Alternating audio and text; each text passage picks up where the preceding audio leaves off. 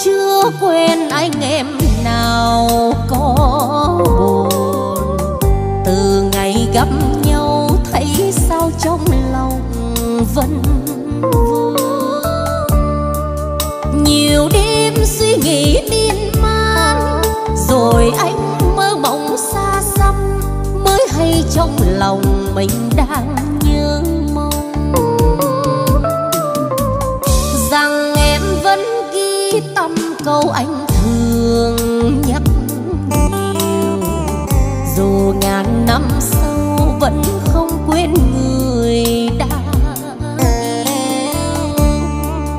Tình cho đâu kể bao nhiêu, dù mai sau đời cô liêu, chỉ mong sao làm đẹp lòng như